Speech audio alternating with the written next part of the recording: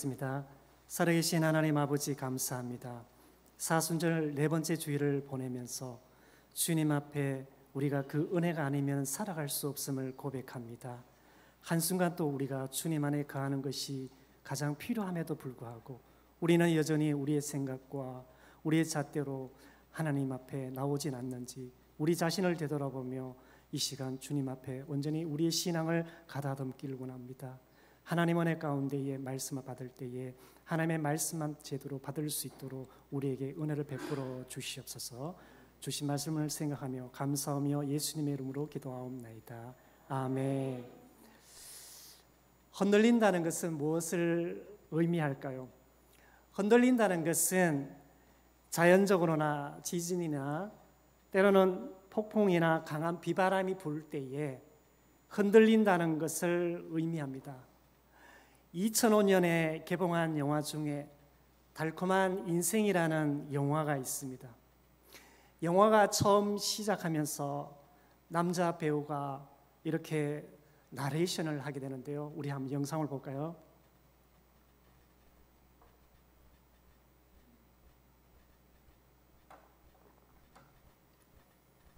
어느 맑은 봄날 바람에 이리저리 휘날리는 나뭇가지를 바라보며 제자가 물었다.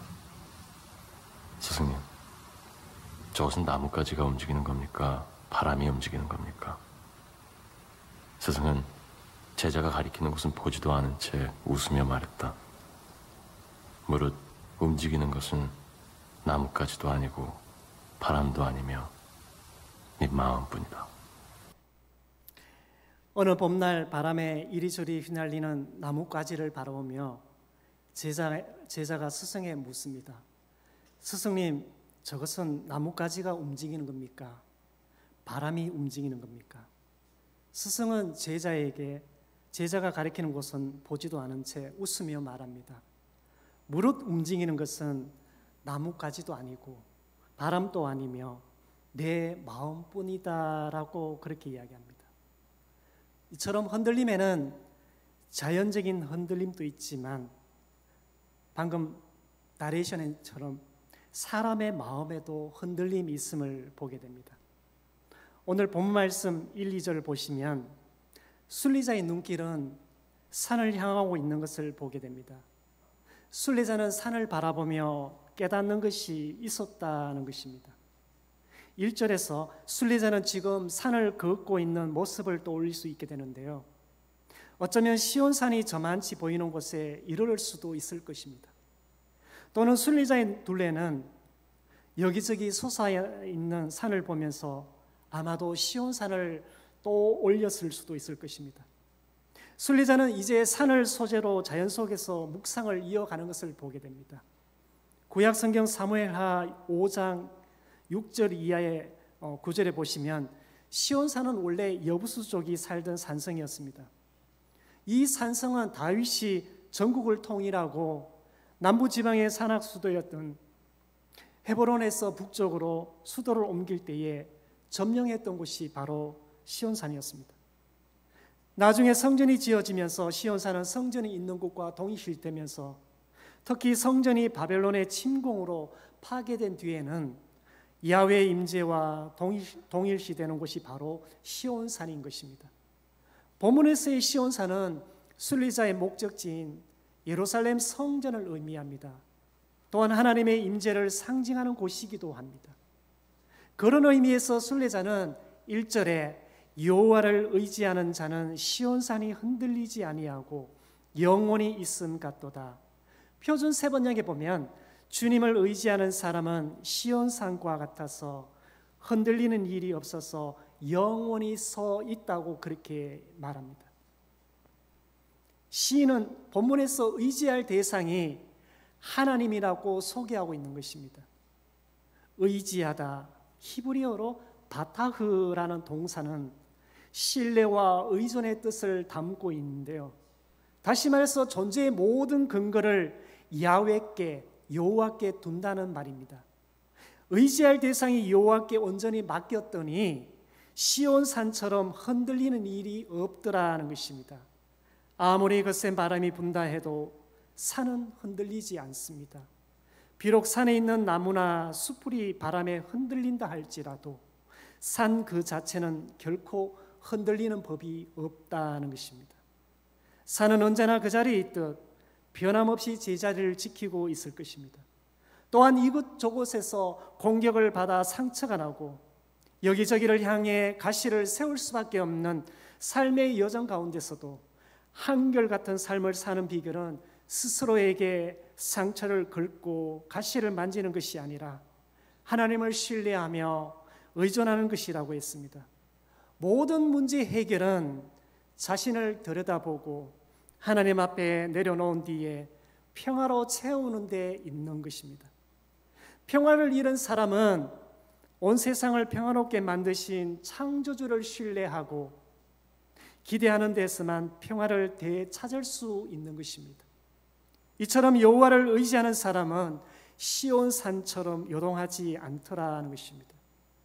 의지할 대상인 여호와 하나님께 믿고 맡겼기 때문입니다. 그렇다면 흔들림이 있다는 것은 무엇을 의미하는 것일까요? 의지의 대상이 여호와 하나님이 아니라는 것입니다. 일시적인 평온은 찾아올 수 있어도 영원히 흔들림에서 벗어날 수가 없다는 것입니다. 마태복음 14장에 보시면 오병 이후의 기적 이후에 예수님은 제자들을 배에 태워 갈릴리 호수 건너편으로 가게 하시고 홀로 기도하시기 위해 산에 오르시는 것을 보게 됩니다. 그리고 제자들이 탄 배는 갈릴리 호수 한가운데서 풍랑을 만나게 됩니다. 풍랑을 만나 이리저리 흔들리는 상황에서 새벽녘에 예수께서 물위를 걸어 제자들에게 오시는 것을 본 제자들은 겁에 걸려, 겁에 질려 응급결에 헬라어로 판타스마, 유령이다, 헛개비다 하며 소리를 지르자 안심하여라, 겁낼 것 없다라는 주님의 음성이 들려옵니다. 이때 베드로가 주님이시면 저더러 물 위로 걸어오라 하십시오라며 소리치자 물 위로 걸어오라는 주님의 음성을 듣고 배에서 내려 물 위를 걷던 베드로는 주님을 믿고 바라보며 걸어야 할 베드로가 거센 바람이 불어오는 것을 보자 두려움과 무서움에 사로잡혀 물에 빠지는 것을 우리는 너무나 잘 압니다. 마태복음 14장 30절에 베드로는 주님 살려주십시오라고 외치는 것을 보게 됩니다. 여러분, 우리가 예수님을 수년의 세월 동안 믿고 있지만 예수 그리스도에 대한 확실한 지식과 신앙을 갖추지 못한다면 풍랑 속에서 주님의 모습을 보고도 믿지 않는 것과 같다는 것입니다. 베드로가 예수님을 발견하기 전이나 물 위를 걷기 시작할 때나 불어오는 광풍 역시 똑같은 상황이었습니다. 그럼에도 베드로가 예수님을 바라만 보고 걷기 시작했다면 물 위를 걷는 놀라운 기적이 일어났을 것입니다. 그러나 베드로의 시선이 집어삼킬 듯 불어오는 바람을 향하고 있을 때 그의 내면은 의심과 두려움으로 가득 차게 되고 결국 바닷속으로 빠져버리고 만 것입니다. 성도 여러분, 우리에게 중요한 것은 환경이 아닙니다. 우리의 흔들리지 않는, 요동치 않는 믿음을 지금 교훈하고 있는 것입니다. 우리에게 이러한 믿음만 있다면 산이 흔들려 바다 가운데 빠질지라도 배가 뒤집힐 듯 바람이 불고 풍랑이 일어도 모든 사람들이 죽음의 공포에 질려 있는 순간에도 요동치 않고 흔들리지 않는 삶을 살아갈 수 있음을 교훈하고 있는 것입니다. 우리 모두가 아마 TV 광고에 이러한 카피 문구를 보았을 겁니다. 혹시 아시는 분 맞추시면 상품이 있습니다. 흔들림이 없는 편안한 뭘까요? 누가 이야기했습니까? 흔들림이 없는 편안한 시몬스 침대라는 그런 카피 문구가 있는 걸 보았습니다. 옆에서 누워있는데 꼬맹이가 침대 위에서 불쩍불쩍 뛰어도 그냥 편안하게 자는 그런 모습의 광고를 아마 보았을 겁니다. 성도 여러분, 우리가 이 땅에 살면서 가장 힘든 상황이나 고난이라는 흔들림이 찾아왔을 때 얼마나 하나님을 의지하느냐에 따라 우리의 믿음을 볼 수가 있을 것입니다. 너무나 힘든 가운데서 믿음을 붙든다는 것은 아마도 쉽지 않을 것입니다. 믿음 생활하시면서 한 번쯤은 자신에게 자문했으면 좋겠습니다. 의지의 대상이 잠깐만이라도 바뀌거나 잊고 살지는 않았는지. 왜 아니겠습니까? 너무나 편하고 좋은 환경에 살다 보니 우리의 믿음이 변하는 환경에 지키기가 쉽지 않다는 사실을 잘 알기에, 그럼에도 우리는 의지할 대상이 결코 바뀌어서는 안 된다는 것입니다. 그래서 우리의 신앙의 본질은 결코 흔들림이 없어야 하는 것입니다. 그 무엇과도 바꾸지 않는 믿음이 여러분의 삶 가운데 있으시기를 원합니다. 2절 말씀 한 목소리 읽겠습니다. 시작. 산들이 예루살렘을 두른과 같이 여호와께서 그의 백성을 지금부터 영원까지 두루시리로다. 표준 세번역에 보면 산이 예루살렘을 감싸고 있듯이 주께서도 당신의 백성을 지금부터 영원토록 감싸 주신다고 말씀합니다. 마치 어미닭이 새끼 병아리를 날개 아래에 품듯이 감싸주고 있다는 것입니다. 시온산이 위치하고 있는 예루살렘은 주변에 산으로 둘러싸여 있어서 침략하기 힘든 천혜의 요새라 할 수 있는 곳입니다. 마치 병풍처럼 있는 그런 산 둘레에 예루살렘이 있더라는 거죠. 예루살렘은 여러 높은 산들의 중앙 부분에 위치해 있어서 마치 산들이 예루살렘을 에워싸고 있는 듯한 느낌을 주고 있는 것입니다. 예루살렘 성이 얼마나 난공불락의 요새였냐면은 사무엘하 5장 6절 이하 10절에 보시면 여부수족이 살고 있던 예루살렘 성을 다윗이 공격한다는 소식을 듣게 됩니다. 여부수 사람들이 이렇게 이야기합니다. 너는 여기에 들어올 수 없다. 눈먼 사람이나 다리 저는 사람도 너쯤은 물리칠 수 있다 하며 다윗을 향해 조롱하며 모욕하는 것을 보게 됩니다. 보초를 눈이 안 보이는 사람과 걸을 수 없는 사람으로 바꾸겠다고 호언장담을 한 것입니다. 그만큼 예루살렘 성이 쳐들을 수 없는 요새라며 자신만만했던 것입니다. 그런데 다윗은 측근 600명을 데리고 가서 물이 드나드는 수로를 통해 성 안으로 쉽게 들어가 성문을 열게 되기까지는 예루살렘 성은 그 누구도 근접할 수 없는 그런 천혜의 요새였습니다. 시온산을 향하는 여행자나 침략자들은 반드시 예루살렘 주변의 산들을 지나쳐야 하기에 시온산으로 가는 길은 결코 평탄하지 않았습니다. 예루살렘을 하나님의 보호하심이 있었기에 가장 강력한 천혜의 요소가 된 것입니다. 그래서 우리는 그 어떤 순간에도 우리를 떠나지 않으시고 그 손을 거두지 않으시는 하나님께 날마다 감사하며 살아야 될 줄 믿습니다. 아멘. 순례자는 예루살렘 주변의 산세를 바라보며 또 예루살렘 주위에 둘러싼 산들을 바라보며 여호와 하나님의 임재를 느끼게 된 것입니다. 순례자는 상처와 가시로 혼자 고생하고 있다고 여겼던 그 자리에 자기 혼자가 아니라 여호와께서 함께 계셨음을 아마도 깨달았던 것입니다. 그리고 피조물인 자신이 창조주인 양 지난날 온 세상의 모든 일을 제 손으로 주물러야 직성이 풀릴 것 같은 욕심에 사로잡혀 있었음을 아마 그는 깨달았을 것입니다. 창조주께서 산들을 늘 그 자리에 세워두시는 것처럼 그 자신도 피조물로서 있어야 할 제자리로 이끌고 계심을 순례자는 지금 깨닫게 된 것입니다. 구약성경 이사야 55장 6절 이하 13절에 보면 나도 결국 저 산들처럼 창조주께서 제자리를 찾아주시는구나, 그것이 진정한 평화라고 그렇게 외치는 것을 보게 됩니다. 다만 제자리를 찾는 방식은 순례자마다 다를 수가 있고 창조주의 계획을 아직 이해하지 못했을 뿐이라는 점도 우리가 깨달아야 된다는 것입니다. 오늘 본문 3절 이하 5절에서는 순례자가 바라는 현실과 바람에 대해서 말씀하고 있습니다. 3절은 순례자가 처한 현실을 반영하고 있는데요. 여기서 지휘봉이란 말이 나옵니다. 히브리어로 쇠베트라는데요. 개역개정에서는 규로 표현하고 있고요. 왕들이 들고 다니는 호를 의미하고 있는 것입니다. 그리고 몫이라는 몫의 땅, 히브리어로는 고랄이라고 하는데요. 민수기 26장 55절에 이스라엘이 가나안 땅에 들어와서 지파대로 땅을 나눌 때에 쓰던 제비를 일컫는 말입니다. 그들이 제비를 뽑아 땅을 나눈다는 것은 민수기 36장 3절 대대로 땅은 여호와의 소유라는 생각에서 비롯된 것입니다. 그런데 3절에서 순례자의 현실은 어떻습니까? 악한 사람의 지배권이 의로운 사람의 땅에서 세력을 미치는 상황이 되어가는 것을 보게 됩니다. 더 슬픈 현실은 무엇입니까?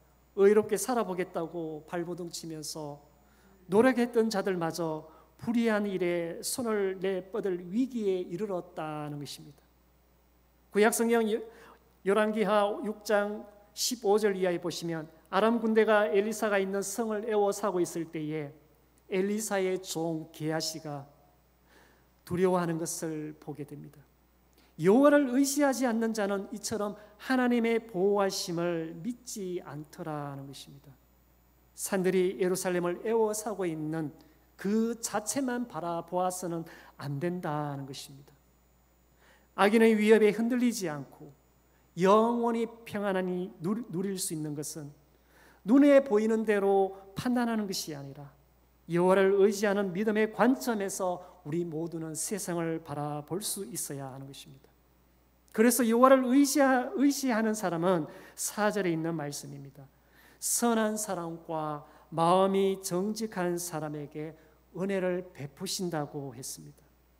하나님의 말씀을 믿고 따라 순종하는 사람에게는 영원히 흔들리지 않는 은혜를 베푸신다는 것입니다. 반면에 하나님을 의지하지 않는 자는 5절에 있는 말씀입니다. 자기의 굽은 길을 가는 자, 다시 말해서 거듭된 길로 빗나가는 자들을 의미합니다. 자기의 굽은 길로 치우치는 자는 어떻습니까? 자기 합리화를 하게 합니다. 이번에 이렇게 가면 된다고 주장하면서 아니 이번 전도회는 아니 이번 남성교회는 아니 이번 교회 당회는 이렇게 하면 되지 않느냐 하면서 자신의 주장을 고집하면서 자신의 신념만을 믿으면서 자신의 정당성을 주장하는 것을 보게 됩니다. 5절에 굽은 길로 치우친다는 것은 무엇을 의미할까요? 죄의 종으로 끌려간다는 뜻이 있습니다. 원하는 목적지가 아니라 다른 길로 가는 것을 의미합니다. 사람을 꾀어서 다른 길로 가게 하는 것은 결국 원수마귀가 미혹해 하는 것과 같다는 것입니다. 결국 굽은 길은 멸망의 지름길이라는 것입니다. 굽은 길로 치우치는 자들에게 하나님은 죄악을 짓는 사람과 함께 걷게 하시는 것이 하나님의 심판의 방법임을 순례자는 지금 깨닫고 있는 것입니다. 하나님을 의지하지 않고 자신의 생각과 합리화에 빠져서 자신의 경험을 통해서 자신의 지식이나 연륜을 총동원해서 자신만의 길을 걸으려고 하는 자에게는 이와 같이 굽은 길을 걷고 있는 자들과 함께 걷도록 내버려 두는 것이 하나님의 또 다른 징계의 방법이라는 사실을 우리는 꼭 기억하시기를 원합니다. 자신도 모르게 여전히 죄의 옆길을 걷고 있는 것은 아닌지 날마다 자신을 돌아보며 성찰할 수 있는 그런 시간 되시기를 원합니다. 의지할 대상이 전능하신 하나님이 아닌 다른 것으로 인해 내 마음이 뺏기거나 또는 내 마음이 흔들리고 있지는 않는지 사순절 기간 우리 자신을 한번 돌아보시기를 원합니다. 하나님을 의지하는 자는 더 이상 세상의 풍조에 휩쓸리지 않고 하나님을 의지하면서 말씀대로 믿고 살아갈 때에 하나님이 약속대로 이스라엘에게 평강을 주셨던 것처럼 여러분의 삶과 가정과 교회에서도 이러한 살롬이 있다는 것을 우리가 기억하는 그런 저와 여러분 되시기를 주님의 이름으로 축원합니다. 아멘. 기도하시겠습니다.